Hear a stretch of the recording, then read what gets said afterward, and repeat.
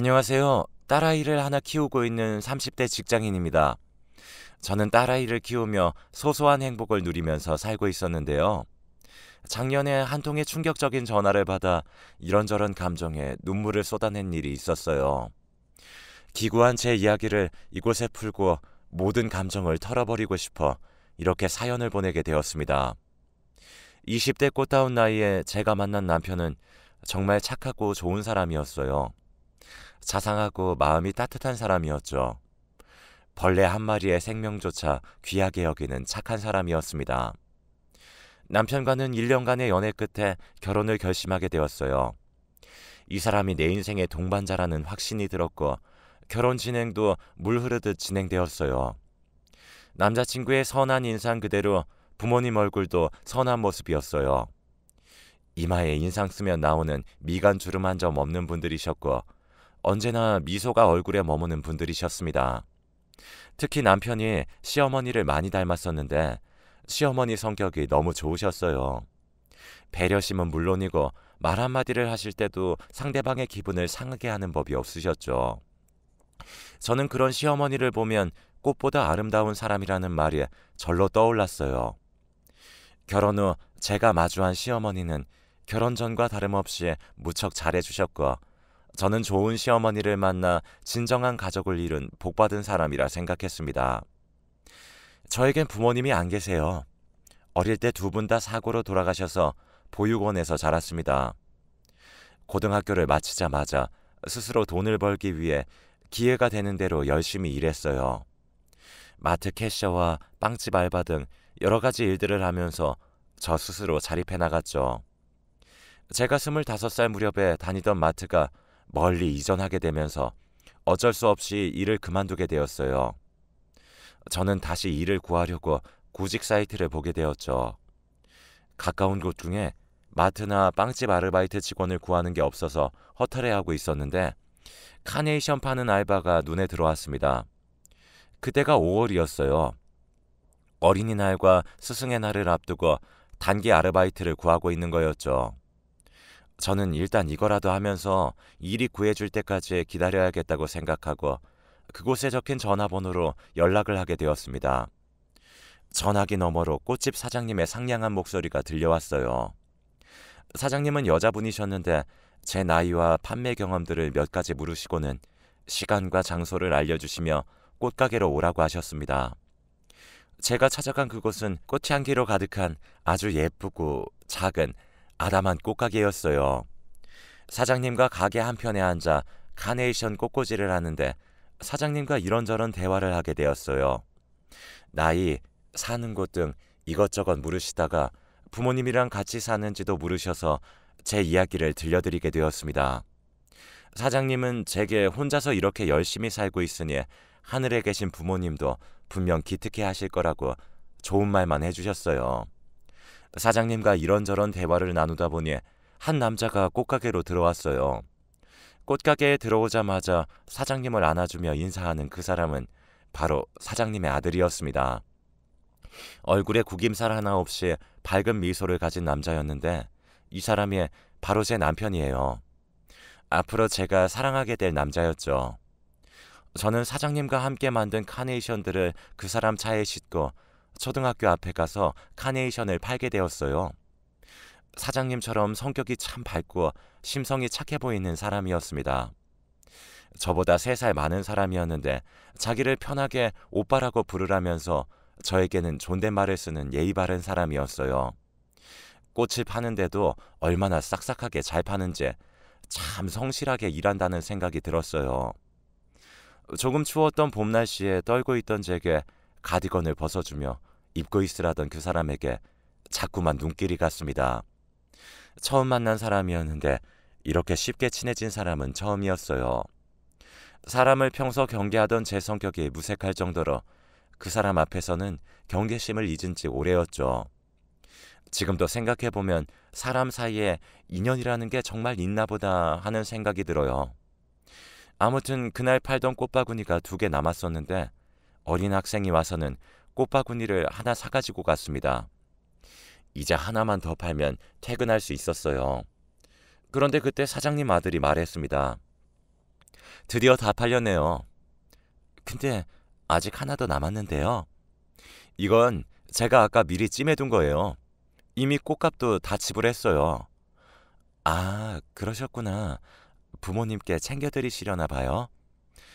그런 건 아니고 이거 받으세요. 지연 씨 부모님 갖다 드리세요. 제가 말씀드렸다시피 저희 부모님은 이미 오래전에 돌아가셨다는 말을 하려고 할 때 그 사람은 제 말이 끝나기도 전에 저에게 말했습니다. 지연 씨 부모님 돌아가신 거 저도 알아요. 그래도 지연 씨 낳아주신 분들이니까 지연 씨가 집에 가져가서 마음으로 부모님께 드리면 어떨까 싶어서요. 제가 감히 어버이날 지연 씨 마음을 가늠하지 못하겠지만 만약 저라면 조금 속상한 마음이 들 것 같아서요. 멋쩍게 그 말을 건네는 그 남자의 따뜻한 마음이 그대로 전해졌습니다. 그날 집으로 가서 많은 생각들이 들었어요. 그동안 사는 것에만 바빠서였을까? 왜 난 한 번도 우리 부모님 어버이날을 챙길 생각을 못했을까? 그저 부모님이 돌아가시고 안 계시니까 나는 카네이션 살 일이 없다고만 생각했는데 그게 아니었어요. 제가 너무 무심하게 살기에만 급급해 뒤를 돌아보지 않고 살았던 것 같아요. 그날 제 손에 들린 꽃바구니를 집으로 가져와서 오래 묵혀두었던 부모님 사진을 꺼내서 그 앞에 놓아드렸어요. 그리고 오랫동안 잊어왔던 그리움의 감정이 떠올라 눈물이 조금 흘렀던 것 같아요. 그 후로도 며칠 더 그 사람과 함께 학교 앞이나 아파트 앞에 좌판을 놓고 꽃을 팔았어요. 일하는 시간이 즐거운 건 처음이었어요. 그저 돈을 벌기 위해 일하러 나가는 게 아니라 그 사람을 만나기 위해 설레어하며 일을 하러 갔던 기억이 나네요. 그리고 스승의 날을 마지막으로 그 사람과는 헤어져서 이제 다시는 보지 못하겠구나 하는 마음 때문에 속으로 몰래 속상해하고 있었어요. 꽃이 빠르게 팔려나가는 게 싫을 정도였죠. 이 꽃이 다 팔리면 더 이상 이 남자를 만날 수가 없겠지 하는 아쉬운 마음이 들었습니다. 하지만 제 마음도 모르고 손님들은 저와 사장님이 만든 꽃들을 예쁘다며 하나둘씩 사갔고 결국엔 모두 팔려버렸어요. 사장님 아들은 그런 제 마음도 모르고 지연 씨, 그동안 수고 많았어요. 지연 씨랑 일하는 동안 덕분에 하나도 안 심심하고 즐거웠네요. 오늘로 지연 씨 알바도 끝이네요. 라며 마지막 인사말 같은 인사를 건넸습니다. 저는 억지로 웃어 보이며 저도 그동안 감사했어요. 라고 했죠. 잠깐의 어색한 정적이 흐르고 사장님 아들이 제게 말했어요. 지연 씨, 꽃 좋아해요? 그럼요. 꽃 안 좋아하는 여자도 있나요? 그럼 저희 가게에서 일해보는 거 어때요? 알바가 아니라 직원으로요. 알고 보니 사장님이 분점을 낼 계획 중이었는데 그곳에서 일할 사람이 필요한 거였어요. 저는 분점이 자리 잡는 대로 그곳에서 사장님 아들과 함께 일하게 되었습니다. 그곳에서 저희 둘의 사랑은 싹이 텄고 1년간의 연애 끝에 결혼을 하게 되었어요. 그때 제 나이 26살이었습니다. 돌이켜보면 제 인생에서 가장 빛나고 행복한 날들이 이때였던 것 같아요. 하루하루가 모두 새롭고 즐겁고 행복했죠. 연애에서 결혼까지 모든 게 제가 꿈에 그리던 모습이었습니다. 제가 고아 출신이라는 걸 잊게 해주실 만큼 시부모님들은 제게 말 한마디도 그냥 하지 않으셨어요.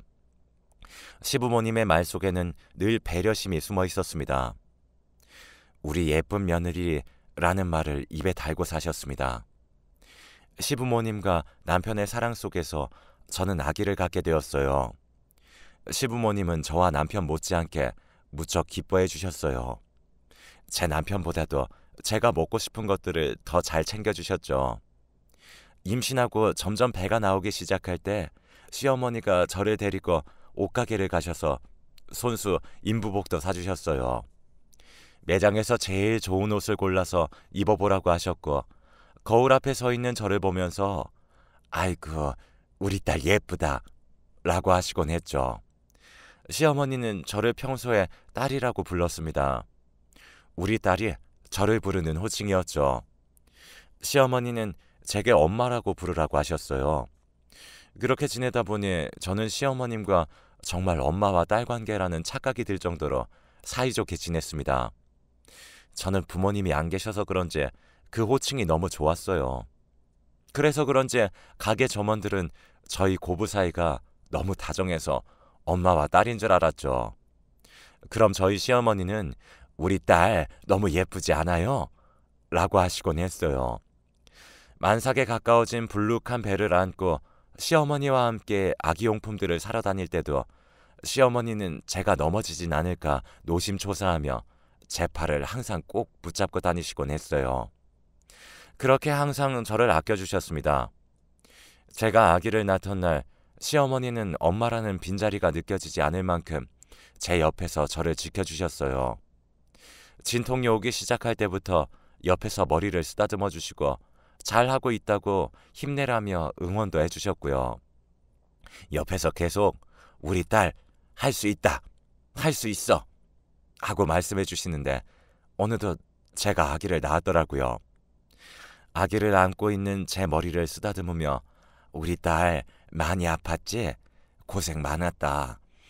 네가 고생한 덕분에 이렇게 예쁜 딸을 낳았네. 예쁜 손녀딸 낳아줘서 고맙다" 라고 하셨어요. 산후조리원에 들어갔다 나온 후에는 시어머니가 계속 아기를 돌봐주셨어요. 산모가 밥을 잘 먹어야 빨리 회복된다며 매일 미역국에 고기 반찬을 올려주셨죠. 제가 쉴 수 있게 아기도 돌봐주셨고요. 한동안 시어머니가 꽃가게를 비우느라 남편과 시아버지께서 더 바쁘게 일하셨어요. 그렇게 가족들의 희생으로 저와 아기는 건강하게 지낼 수 있었습니다. 아기를 낳아 기르는 기쁨 또한 제 인생에서 가장 행복한 날들이었어요. 사람이 이렇게 행복하게 살 수도 있는 거구나 하는 나날들이었죠. 한 달간 시어머니의 산후조리를 받고 저는 몸을 잘 회복할 수 있었고 시어머니는 한 달 만에 다시 출근을 하셨어요. 저는 아기를 돌보느라 더 이상 꽃가게에 나가지 못했습니다. 꽃가게의 일을 남편이 혼자서 도맡아서 하느라 일이 무척 바빴습니다. 두 사람이 해야 할 몫을 남편이 혼자 하고 있었지만 힘든 내색 없이 우리 가족의 미래를 위해 열심히 일해 주었죠. 참 성실하고 듬직한 남편이었어요. 시어머니는 꽃가게에 일을 하시다가도 바쁜 시간을 쪼개어 아이를 봐주러 오셨고 시아버지는 늘 뒤에서 많은 도움을 주시고 계셨어요. 제가 말하지 않아도 제게 필요해 보이는 물건들이 있으면 기억해 두었다가 사다 주시곤 했죠. 아기에게 치발기가 필요하겠구나 싶은 날이면 시부모님들이 방문하시면서 사오곤 하셨어요. 제가 필요한 것들은 대부분 시부모님들이 미리미리 챙겨주셨죠. 늘 감사한 마음으로 저도 시부모님께 잘해드렸어요. 생신 때 상 차리는 건 물론이고 용돈도 넉넉히 넣어서 드렸습니다. 워낙 저에게 잘해주셨던 분들이기에 하나도 아깝다는 생각이 든 적이 없었어요. 시부모님 앞에서 감사합니다, 고맙습니다, 사랑합니다라는 말이 매일 절로 나왔어요. 제 주변에 몇 없는 친구들은 제게 시집 참 잘 갔다며 그동안 부모님 안 계셔서 많이 외로웠을 텐데 부모님들보다 더 잘해주는 시부모님 만났다며 참 잘됐다고 말하곤 했죠. 그렇게 시간이 흘러 어느덧 아이는 돌잔치를 할 만큼 컸어요. 돌잔치를 위해 뷔페를 예약하고 남편과 행사 준비하며 즐거운 날들을 보냈습니다. 우리 예쁜 딸을 위한 오색색동 한복을 입히고 저희 부부도 한복으로 된 멋진 돌잔치 의상을 빌려 입고 친척들의 축하를 받으며 돌잔치를 치렀습니다. 이날 제 딸은 시를 잡았고 가족들은 모두 건강하게 오래 사는 것보다 좋은 건 없다며 잘했다고 딸아이를 칭찬해 주었어요. 돌잔치를 마무리하고 집으로 돌아가던 날 저는 시부모님의 차를 타고 집으로 가기로 했고 남편은 꽃가게에 필요한 물건을 주문해 놓은 게 오늘 배달 오기로 했다며 꽃가게로 향했습니다. 그때까지만 해도 저희 가족에게 어떤 일이 벌어질지 정말 아무도 예상 못했어요. 시작이 있으면 끝이 있듯이 행복이 있으면 불행도 있는 걸까요? 시부모님과 집에 가서 쉬고 있던 그 시간 돌아와야 할 남편의 귀가 시간에 점점 늦어지고 있었고 웬일인지 남편과 연락이 닿지 않아서 조금씩 걱정이 되어갈 즈음 청천벽력 같은 한 통의 전화를 받게 되었어요. 땡땡 병원이라는 말과 함께 사고, 김정수, 사망이라는 단어밖에 들리지 않았습니다. 시부모님과 함께 달려간 그곳엔 이미 싸늘하게 식어버린 제 남편이 누워 있었어요. 중앙로를 침범한 차량이 돌진해 남편의 차를 들이받았고 그 사고로 인해 머리에 큰 충격이 가해져 사망에 이르렀다는 이야기를 들었습니다. 시부모님도 저도 정신을 차릴 수가 없었어요. 다시 살려낼 수만 있다면 내 팔다리라도 내어주고 싶었습니다. 그렇게 남편을 허무하게 보냈습니다. 영안실에 누워있던 모습, 장례식장에서 보내주기 전 모습, 화장터에 들어가는 모습, 너무도 많은 눈물을 흘려야 했던 시간들. 그날 이후 저희 가족들은 남편의 죽음으로 인해 슬픔과 고통 속에서 살게 되었어요. 그 시간들을 보내면서 시어머니는 너무 큰 충격에 병이 들고 말았습니다. 유방암 진단을 받으신 시어머님은 큰 수술을 받으셔야 했고 암투병 기간 동안 제가 시어머니의 병수발을 들어야 했어요. 독한 항암제를 드셔서 늘 메스꺼운 증상에 구토하기 일쑤였고 머리도 다 빠져서 대머리가 되어버리셨어요. 미간에 주름 한 점 없던 시어머니 얼굴에는 점점 주름이 늘어갔습니다. 병마와 싸우는 동안 시어머니는 급속도로 늙어버리셨고 곱고 늘 미소 가득하던 모습은 온데간데 없었어요. 그런 와중에 시어머님은 제게 늘상 미안하다는 말을 입에 달고 사셨습니다. 너도 힘든데 나까지 아파서 미안하다. 내가 아파서 네가 고생이 많구나. 저는 시어머님을 보면서 시어머님마저 잘못되면 어쩌나 걱정되는 마음뿐이었습니다. 그렇게 2년 정도 지나자 다행히도 시어머니는 점점 목이 회복되어 가셨고 이제는 건강관리하며 정기검진만 잘 받으면 된다는 의사의 말을 듣게 되었어요.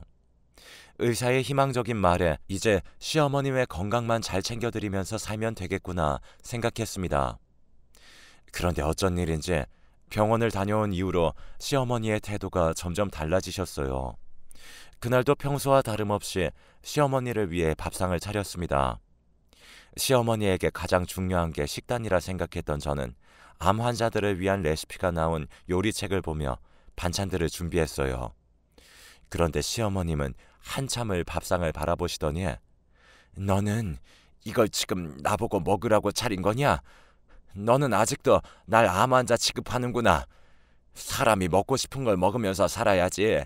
이딴 풀떼기만 잔뜩 차려놓고 넌 내가 맛없는 것만 먹고 살다가 죽었으면 좋겠니? 라고 하셨어요. 갑작스러운 시어머니의 호통에 저도 놀란 마음으로 시어머니를 진정시키려고 말했어요. 엄마, 갑자기 웬 반찬 타령이에요. 우리 엄마 원래 그런 분 아닌데 왜 그러시지? 오늘 컨디션 안 좋으세요? 네가 반찬을 이따위로 차려놓으니까 내가 컨디션이 좋을 리가 있겠니? 나는 이딴 거 이제 더 이상 못 먹겠으니까 너나 먹어라. 하고는 집을 나가버렸어요. 저는 밥상 앞에 앉아 시어머니의 갑작스러운 호통에 속상해서 눈물만 흘렸습니다. 그 후로도 시어머니는 사사건건 제게 트집을 잡으며 저를 욕하셨어요. 거친 욕 한 번 한 적 없으시던 시어머니 입에서 쌍시옷 발음들이 흘러나올 때면 저는 상처를 받고 시부모님과 지내는 시간이 점점 견디기 힘들어졌습니다. 그렇게 지내기를 1년 넘는 시간들이 지나갔어요. 하루는 시어머니가 아기를 데리고 나가서 옷을 좀 사주겠다고 하셨습니다. 남편이 그렇게 가고 시어머니가 병으로 집에서만 지내느라 옷가게 가본 게 언제인지 까마득했어요. 아기 옷이 급히 필요할 때마다 집 앞에 있는 아동복 가게에서 간간히 사입히는 게 다였었죠. 정말 오랜만에 하는 외출이었어요. 이날은 시어머니 기분이 좋아 보여서 저도 덩달아 기분 좋게 따라 나섰어요. 그날따라 시어머니가 아기 옷을 아주 많이 사주셨습니다. 지금 입으면 맞지도 않을 큰 치수의 옷들까지 다 합해서 12벌 정도 샀던 것 같아요. 아기 옷을 열심히 골라주시는 시어머니를 보며 옛날에 제 옷 사입혀 주시던 것도 생각이 나서 저는 애교랍시고 시어머니께 아양을 떨었습니다. 엄마, 아기 옷만 사주지 말고 저도 좀 사주세요. 네? 그러자 순간 제 눈앞에 불꽃이 번쩍 튀었고 눈앞이 깜깜했어요. 어느새 시어머니께서 손바닥으로 제 뺨을 때리치셨던 거예요. 너는 이제 네 남편 죽은 건 벌써 다 잊었냐? 실실거리면서 내 앞에서 그만 좀 웃어. 그리고 그 엄마 소리 좀 이제 집어치워라. 내가 왜 네 엄마야? 내 아들은 이미 죽고 없는데 구하라고 불쌍해서 며느리로 받아줬더니 내 아들 잡아먹는 염치 없는 것아. 양심 있으면 네가 내 앞에서 그렇게 웃을 수가 있어? 시어머니는 씩씩거리면서 저를 뒤로 하고 그 자리를 떠나셨고, 저는 매장 직원들의 눈치를 한눈에 받으며 그 자리에 우두커니 서 있었어요. 어느새 차오르는 눈물이 발 앞으로 뚝 떨어져 내렸습니다. 시어머니가 그동안 왜 저에게 화를 내시나 했더니 이런 생각을 갖고 계신 줄은 꿈에도 몰랐었기에 저 또한 시어머니의 말에 엄청 충격을 받았어요. 화장실에서 한참을 아기를 안고 울다가 충혈된 눈을 한 채 버스를 타고 집으로 돌아왔어요. 시어머니는 어느새 집 현관 비밀번호도 바꾸어 놓으셨습니다. 저는 하루 종일 아기를 안고 문 밖에 서 있었고, 퇴근하는 시아버지가 저를 보시고는 집으로 데리고 들어가셨어요. 시아버지와 시어머니는 안방에서 말다툼을 하시는지 고성이 오고 갔고, 며칠 후 시아버지가 저에게 충격적인 말을 전하셨어요. 너희 시어머니가 아직 많이 힘든가 봐. 그래서 많이 생각을 해봤는데 아무래도 네가 이 집을 나가는 게 좋겠다. 정수가 운영하던 꽃가게 정리하는 대로 돈은 대어줄 테니까 그걸로 터잡고 살거라. 시아버지의 말에 저는 울고불고 매달렸지만 시어머니가 나와 제 머리채까지 잡는 바람에 결국 저는 그 집에서 나올 수밖에 없었어요. 부모에게 버려진 기분이 이와 같을까 가슴 저리게 아픈 마음을 안고 다시 세상을 홀로 살아가야겠다고 마음먹었습니다. 시아버지가 쥐어준 돈으로 작은 집을 구했고 나머지는 전부 은행에 뒀어요. 그리고 저는 아이를 24시간 운영하는 어린이집에 맡기고 일을 다시 시작했습니다. 이제 세상에 내게 남겨진 가족은 내 딸뿐이라는 마음으로 몸이 부서져라 일했어요. 내가 능력을 키우고 돈을 벌어야 우리 딸이 나처럼 외롭게 살지 않을 거라고 생각했습니다. 그렇게 한 해, 두 해 지나갔어요. 시부모님이 나를 쫓아내던 날의 원망은 어느새 가슴속에 묻어버렸고 저는 오직 딸아이만 바라본 채 하루하루를 살아냈습니다. 그렇게 지내면서도 시어머니, 시아버지 생신 때마다 찾아갔지만 언제나 문전박대를 당하고 돌아오곤 했어요. 그럼에도 자꾸 찾아오는 제게 시어머니는 소금을 한 바가지 부으시며 정말 징글징글하다. 한 번만 더 찾아오면 이사가 버릴 테니까 그런 줄 알아. 라고 하셔서 더는 대놓고 찾아갈 수도 없었습니다. 그래서 시부모님이 산책 나가시는 시간에 맞춰서 가끔씩 몰래 찾아가 먼 발치에서 시부모님의 얼굴만 확인하고 돌아오곤 했어요. 아무리 저를 내치셨어도 저한테는 부모님과 다름없는 분들이었기에 늘 건강이 걱정되었으니까요. 그러던 어느 날 멀리서 지켜보던 제 모습을 들키고 말았습니다. 5살 딸아이의 손을 잡고 서 있던 저를 발견하신 시어머니가 역정을 내면서 저에게 달려오셨어요. 저는 딸아이에게 할머니라고 인사시켰는데 시어머니는 제 딸아이를 본체만치 하시고는 역정을 내시기에 바빴습니다. 내가 찾아오지 말랬는데 왜 자꾸 찾아와? 너는 어른들 말이 우습니? 이러니까 내가 너를 미워하는 거야. 한 번 말하면 말귀를 못 알아들으니까 내가 너 때문에 정말로 이사를 가버리던지 해야지. 정말 안 되겠네. 라고 하시고는 집으로 들어가셨어요. 한 번쯤 손녀딸 얼굴이 보고 싶을 만도 한데 저렇게 역정을 내시는 것보다 제 딸아이를 본 척도 안 하시던 모습에 서러워 그저 눈물만 흘러나왔습니다. 그 일이 있은 후부터는 시부모님의 모습을 어디에서도 볼 수 없었어요. 저 때문에 정말 이사를 가버리신 것 같았습니다. 그렇게 3년의 시간이 흘렀고 제 딸아이는 어느새 8살이 되었어요. 그런데 어느 날 충격적인 전화 한 통을 받게 되었습니다. 이지연 씨 되시죠? 여기 땡땡 공증사무소인데요. 최순영 씨 상속 문제로 전화드렸습니다. 최순영이라는 말에 저는 급한 마음으로 공중사무소로 찾아가게 되었습니다. 그리고 그곳에서 저는 시아버지를 만날 수 있었습니다. 어느새 많이 늙어버리신 시아버지는 제게 미안하다는 말과 함께 시어머니가 돌아가셨다는 말을 전해주셨어요. 시아버지는 저에게 너희 시어머니 너무 원망하지 말거라. 누구보다 널 아끼고 사랑하셨다. 너에게 거짓으로 모진 말을 할 때마다 눈물로 밤을 지새우고 너를 걱정했단다.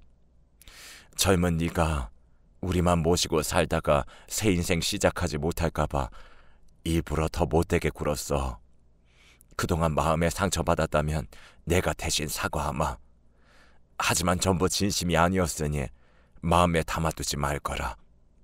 그리고 너희 시어머니 유언대로 모든 유산은 손녀딸 앞으로 남기기로 했다. 라고 하셨습니다. 시아버지의 말을 듣는 저는 눈물 콧물이 범벅이 된 채 계속 울기만 했어요. 시아버지께 지금이라도 아버님 모시면서 살고 싶다고 했지만 시아버지는 너희 엄마가 그렇게 마음 아파하면서 너를 떼어냈는데 어찌 내가 이제 와서 너랑 같이 살겠니? 그리고 이제 나는 혼자가 편하구나. 그러니 너도 과거는 훌훌 털어버리고 새 인생 살 거라. 라고 하셨어요. 아버님은 그렇게 말씀하셨지만 그 후로 저는 시아버지 반찬을 이것저것 챙겨서 딸아이 손을 잡고 놀러 가곤 합니다. 시아버지도 몇 번 거절하시다가 이젠 포기했는지 그냥 받아주시네요. 딸아이도 할아버지가 생겨서 너무 좋다고 합니다. 저는 지금도 저희 시어머니가 너무 보고 싶습니다. 저에게 모질게 대했던 모습보다는 저에게 잘해주셨던 기억만 떠올라요. 엄마보다 더 엄마 같던 우리 시어머니, 참 꽃같은 분이었는데 너무나 빨리 하늘로 가셨네요. 아마 하늘에서 제 남편 챙겨주러 빨리 가셨나 보다 싶어요. 부디 그곳에선 두 분 모두 평안하시길 바라며 이 글을 마칩니다. 제 이야기 읽어주시고 들어주신 여러분 감사합니다.